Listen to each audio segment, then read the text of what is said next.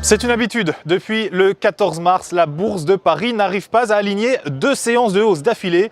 Ce mercredi, rebelote avec le CAC 40 qui enregistre une perte de 0,62% à 4 404 points. Un CAC freiné notamment par le repli du pétrole annoncé en ce milieu de semaine.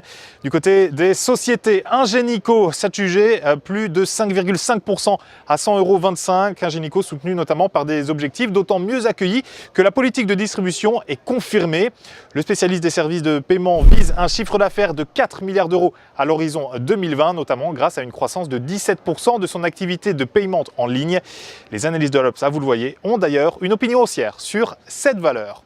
Hermès International, de son côté, gagnait 2,70%, juste sous les 320 €. Le cellier de luxe a enregistré une croissance de 19% de son résultat opérationnel 2015 à 1,54 milliard d'euros, un chiffre légèrement supérieur au consensus de 1,53 milliard.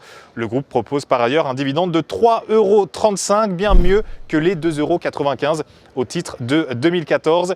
Le titre d'Hermès, justement, recueille une opinion négative néanmoins de la part des analystes de l'Obsa. Place pour terminer à la recommandation du jour avec ce jeudi STMicroelectronics.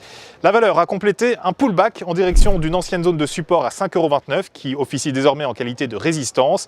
Les indicateurs techniques journaliers sont baissiers sans être survendus et le RSI est inscrit sous sa ligne de signal. Enfin, la moyenne mobile à 50 jours coiffe efficacement les cours et devrait agir en qualité de stop glissant durant le mouvement baissier en cours qui devrait se poursuivre jusqu'aux 4,50 € et 4,32 €.